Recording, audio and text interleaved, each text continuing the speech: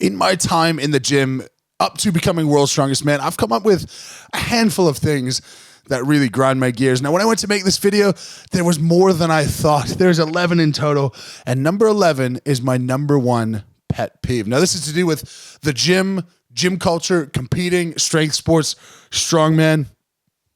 Let's get right into it. Now, I do try to be kind, and you guys know my motto, lift heavy, be kind. Merch link is down in the description if you want to support the channel. But nonetheless, no matter how kind you try and be, sometimes things just grind your gears. Now let's get into these. My pet peeves. Number one is the quote unquote, oh, I bet you could move that.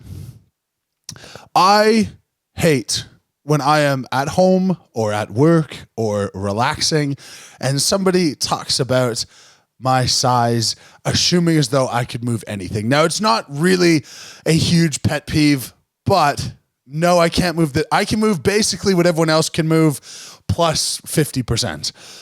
Moving the couch, moving the dumpster, moving the this, moving the that. Can you lift that? Oh, you're getting your workout for the day. All of the comments around that, just, it's enough. I speak for everyone in the strength community. It's enough. Number two, this is related to strength sports in particular, obsessions with obesity. And I'm not going to call it anything other than obesity. I'm not going to call it a bulking phase or a dirty bulk or whatever you want to call it. There's no purpose to have a body fat in excess of 30% if you're trying to be a strength athlete. Keep your body fat under wraps. Keep your aerobic fitness relatively reasonable. I'm not asking for good, just relatively reasonable. Strongman or strength sports or powerlifting, it is not an excuse for you to stack on 20 or 30 pounds of fat or retain that much fat. It should be a part of you living a healthy lifestyle, because in the end, if you're not healthy, you're also not going to perform well. So no more excuses that your BMI is 35. And yes, I'm sorry, BMI does matter to an extent. Your BMI is 35 or 40 and your muscle mass is average or above average. You should work to become healthier, become lighter, and you'll become a better strength athlete for it. Your recovery will get better. All of your inflammation, your systemic inflammation will go down. You'll be able to be stronger for that. Number three, this applies to a lot of people. I'm whatever parameter, and I can do this and lift this much. Is that good? I despise this on so many levels. The first level is that you should not go to me or anyone else of influence and look for personal validation on how good something might be for you. For context, when I was coming up, if I asked someone, I'm 22 and I deadlift 250 kilos, is that good? Compared to what? Compared to how capable are you?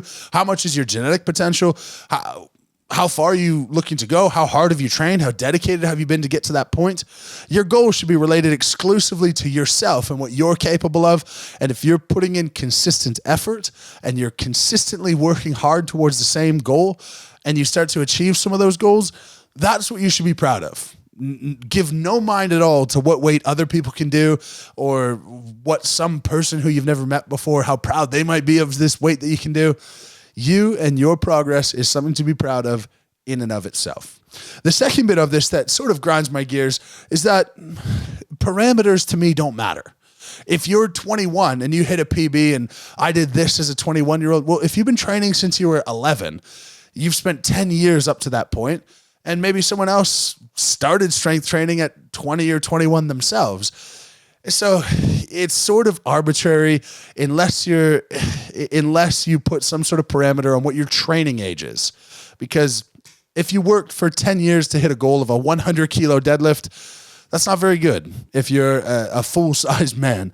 If you worked for a month and you hit a 200 kilo deadlift, well, that's pretty impressive compared to the average population, but don't be impressed with yourself because you could push much further, obviously, if you've accomplished that in 1 month. Before I go to number 4, feel free to drop your biggest gym pet peeve down in the comments. Is it the same as mine? Or maybe I'm being a little bit too harsh. Now let's get on to number 4, the machine tornado of excuses when you miss a lift.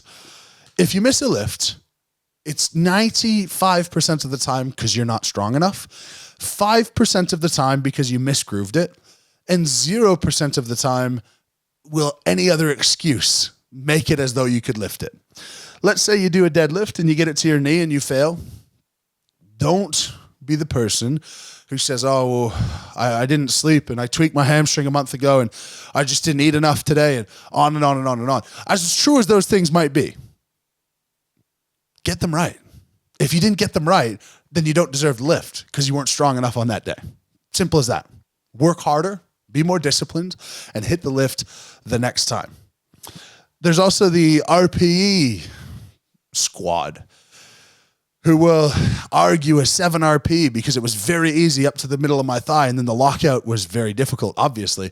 But then they'll say, oh, no problem, I could do a lot more than that. I know, it was super easy. We're watching the same thing. We're doing the same thing. We know that was hard, and you should be proud that you hit something that was hard.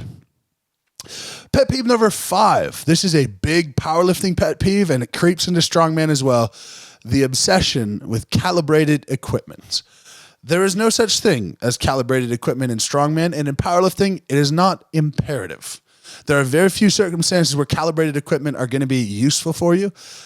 Let's say if you squat 800 pounds, having thinner plates is going to cause less whip on the bar.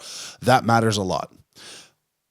If you have extremely old uncalibrated plates that are several pounds off of what they should be, that's a problem when you start stacking many plates on. But for the most part, your 45-pound plate is going to weigh 45 or 46 or 44 pounds. It's okay. Your log does not need to be the exact parameters and conditions of the log you're going to use in contest. Your farmer's handles, the thickness of the handles doesn't need to match exactly what you're doing. The stones, you don't need to go train on the exact stones. Just get strong at stones. It would be useful, of course, but it's my opinion that this takes away from the nature of strength sports in the first place, which is just a couple of people in their backyard who see a stone on the ground and go, could you pick that up? Could you carry that from that fence to that fence? That's, to me, the origin of how this stuff started. Let's not get too far away from that and start thinking that everything needs to be dialed like it is in Olympic lifting, where 1 kilo does make a huge difference sometimes. Accept the imperfections of the equipment, accept variability in what you're going to do, embrace it, and love it. Along the same lines, and this comes to competitions themselves, is competitions and federations with too many rules. If we have rules on X, Y, and Z, we start to lose the principle of strongman is just, can you lift something from A to B? Can you move something from A to B? And difficult, because this is juxtaposed to my general position on the growth of strongman, because I think creating standardized equipment, rules, movements will make the sport bigger, but I don't think it should lose its spirit in the process of making its sport bigger. Let's keep it as, can you do A to B within reasonable guidelines? No, I don't like belt cleans, for example. I don't like using supportive equipment to actually do the work for you. But other than that, let's get back to basics. Pet peeve number 7 is people who train too easy. Now, often these people are hiding behind the guise of science-based training, but science-based training will tell you to work hard. Science-based training is going to tell you that 1 rep in reserve or 2 reps in reserve, that's still working really, really hard. That's a 9 out of 10 effort or an 8 out of 10 effort. You don't need things to be exactly, precisely, scientifically based and have science on your mind while you're lifting. You should have science in your mind when you're programming. If you have a coach, don't worry about it at all. Just trust your coach. Unless you're not getting results, in which case, check the link in the description for Moose programs if you want to become the strongest version of yourself. But science is not juxtaposed to working hard. Number 8, back to science. This is rampant and drives me up the wall. Promoting non-scientific methods of recovery. Now, I'm not saying everyone who promotes ice baths is full of it, because a lot of people promote ice baths for what they're good for. And they are good for a subset of things. I've talked about this many times over. From a mental fortitude standpoint, from a building discipline standpoint, absolutely. But from a promoting recovery from a physiological sense, there is little to no foundation to say that ice baths are something that you should jump into to help yourself. This exists for a lot of different things. I don't want to throw too many people under the bus, but there's a long list of which, if you listen to me enough, I will continue to say them. Ice baths are top because that's the biggest fad at the moment. Other things like Dr. Ho's machine, Dr. Ho's electrical stimulation, or any other TENS machine, it's not doing much. Saunas, sorry, they're not doing much. And this is not my opinion. Don't shoot the bearer of bad news. This is the opinion of the scientific community as a whole. I'm happy to provide research. If you want that and you want a specific video on any of these things, you want to challenge me, pop that in the comment section as well. I'm more than happy to go over it in more depth. But there's something I'm very passionate about. If you get the 95% right, food, sleep, life stress, the 5% isn't going to matter so much. I'm in the position I'm in, and I'm capable of what I'm capable of because I get the basics down pat as best as I can. Now, number 9 is going to be obsessions with food. And this is similar to obsessions with obesity, but how much food does X and X eat? What quantity of food? What kind of food? What's the secret? What's the secret to eating a lot of food? What's the secret to gaining weight? There's no secrets about food and diet. You eat more, you get bigger. You eat less, you get smaller. You eat protein, you add muscle. You eat carbs, you add energy. You eat too many carbs, you add fat. You eat too much fat, you get fat. It's really, to me, pretty common sense. In that, you want to get your micronutrients, vary up your diet a bit, eat some fruits and vegetables, have a couple of supplements if you need them, because you don't get it through diet, like magnesium and vitamin D, for example. Great ideas for strength athletes. But stop looking for that secret to become 350 pounds of shredded lean tissue.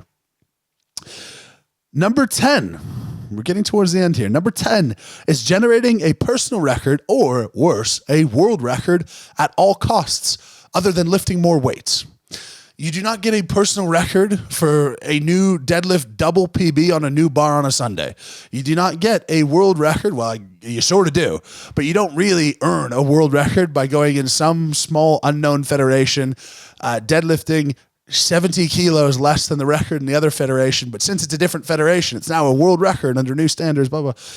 Please. And stop it with the deadlift bars. We've got the Rogue deadlift bar. This is reasonable. Every couple of years, it seems like we have a new deadlift bar that's slightly longer and whippier, to the point where we're all just going to be doing silver dollar deadlifts for new world records and new personal bests. I could pull 500 kilos or 505 on a silver dollar deadlift.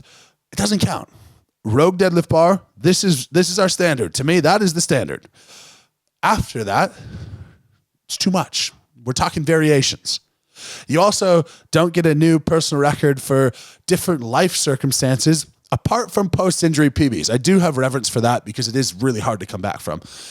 But you don't get a personal record based on anything. Maybe injury and body weight are the only two things. In a new weight class, I'll accept that. After injury, I'll accept that. But a new personal best after I quit the gym. No, sorry. If you quit, earn your way back to where you were. That one might be a little bit more contentious, but personal bests are personal best. World record, there should be one deadlift world record, one bench press world record. Weight class is fine. Gender class is fine. But for each gender and each weight class, one world record. Let's stop with the nonsense. And my last one, and the most important one that I believe, is short-term goal chasing. Whether this is inconsistently going from I want to be strong to I want to run to I want to be fast to I want to jump high, or I want to deadlift this much and become a under 22, under 23 world record holder in the next 6 months, or I deadlifted 300 kilos, I'm going to deadlift 700 pounds in the next 3 months. Lifting is a long process. As someone who's perceived as an overnight success in the strength world, it took me 10 years of lifting heavy, of no one knowing who I was, while doing side missions of marathon running and bodybuilding and whatever, to become what I am now. Underestimate what you can do in a month and overestimate what you can do in a year, because your nature will do otherwise. You can do so much more in a long period of time if you stick to it, if you stick to general principles, and you continue to build off of what was your best in the past. Thanks a lot for watching, guys. Again, if you want to support the channel, I have programs and Lift Heavy Be Kind merch down in the description. Go ahead and find those. Thank you very much for watching. As per usual, Lift Heavy Be Kind, and we'll catch you tomorrow.